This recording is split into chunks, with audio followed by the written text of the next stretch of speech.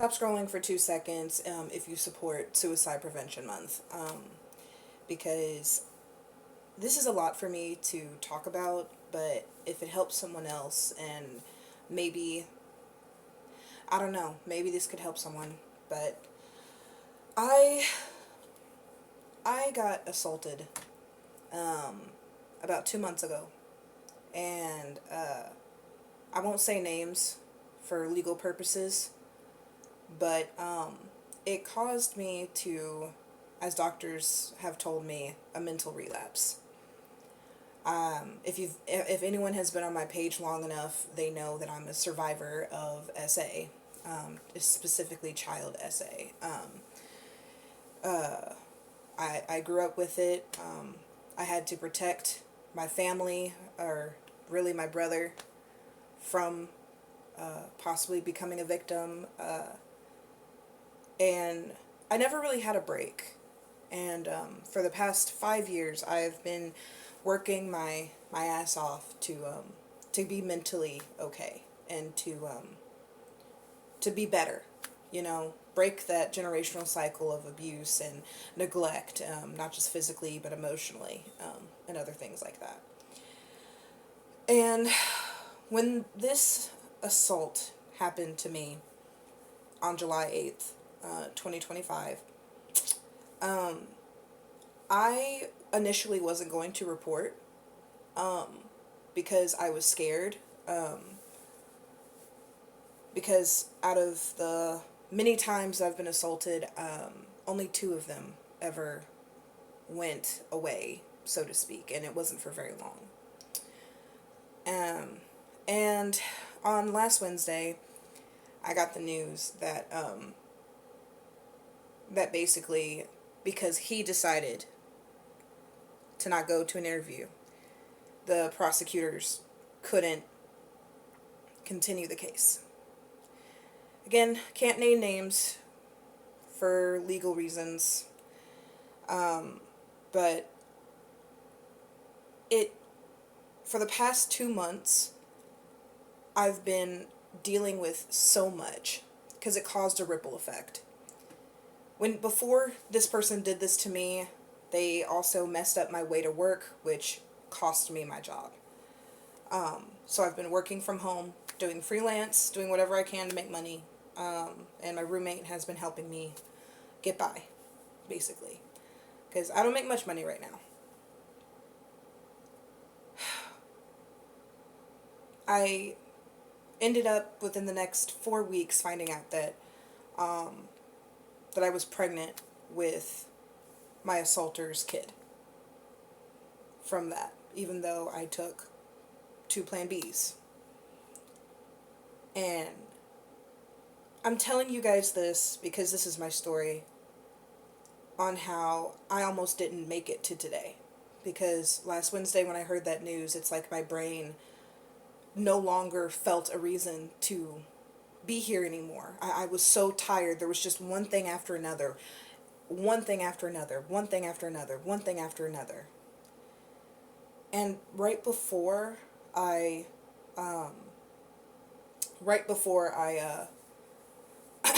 got that call on Wednesday, a couple days before, I had a miscarriage and I lost my son. And it really, I was just really not in a good place to hear that news. And when I heard that news, I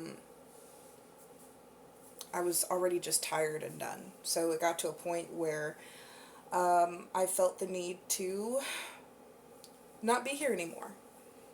And some people will say that, oh, you're trying to take the easy way out and yada yada yada. I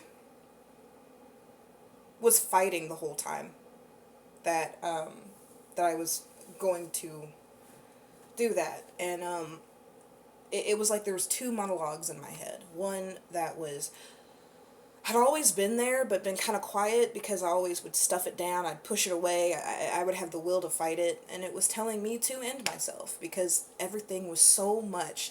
And I never got a break until like recently. And even then, it doesn't feel like a break sometimes. But I ended up sending what would be my last words to my roommate, knowing my roommate is like miles away at the time. And it's like I was trying to, this other monologue that was there was trying to calm the voice of just end it all, be all. But I was losing that fight. I was losing it, and it was so, so consuming. And I know most people probably didn't stay for the full video, and you know what? That's okay, because I hope the people that did understand that you almost made a mistake. I almost made a mistake. I'm glad I'm here, and I'm glad that my support system is here. And I'm glad that I have you all. Because as you know, I come on here looking like this, looking good, looking bad, because I want to be authentic to you. And I didn't want to share this side out of fear of spreading negativity, but at this point, I just want to spread awareness. I want people to not feel the way I did, like they're alone. And I had to be gone for 6 days. The first 2 to 3 days, I didn't speak. I was barely, if I did speak, it was one word answers, and it was at such a small sound that I was called, like, it was like I was a dormouse. I was so quiet. And I hope me, explaining how I felt whenever I was going to do that, and me standing here in front of you right now, and me being brave enough to tell you guys my story, and tell you guys why I haven't been online for 6 days, because I was on it, man. I was on it with social media, trying to get my community up, and throwing myself at work whenever I can, and just doing what I can to get by. And I missed my community when I was in there. And I'm not going to cry on camera. I will not be that person. I love the community that I'm building, because it's people that I can talk to like this too, that I can tell them that, hey, I've been there, and I feel you, and I can be there for them. I can hopefully help them feel less alone, you know? I'm sorry, I'm holding back tears, y'all. I'm not trying to cry on camera, bro. But I don't do any scripts. I just talk. I just say what I need to say. And I know this is a really long video, but I needed to tell y'all what was up. I felt guilty not telling my fan base and my community what was going on with me. Because yes, I was physically sick, but that was because I was pregnant. And I lost my child, which made me sicker.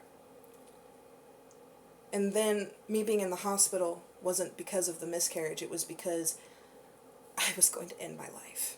And I'm glad I didn't. And I'm putting this here on the internet so that I can come back to it and be proud of myself that I'm not like that anymore. And proud that I could share with y'all my story. I love y'all so much. My DMs are open. Y'all can reach out whenever. It might take me a while to respond, but I'm here. And, whenever you join my live, or if you need my Discord, let me know, because I respond a little bit quicker on there. But I'm here for you guys, just like y'all are here for me. And I love y'all so much.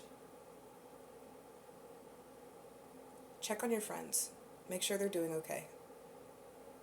And look out for signs. Okay? If you have any questions or anything I can give advice to, let me know. I love you.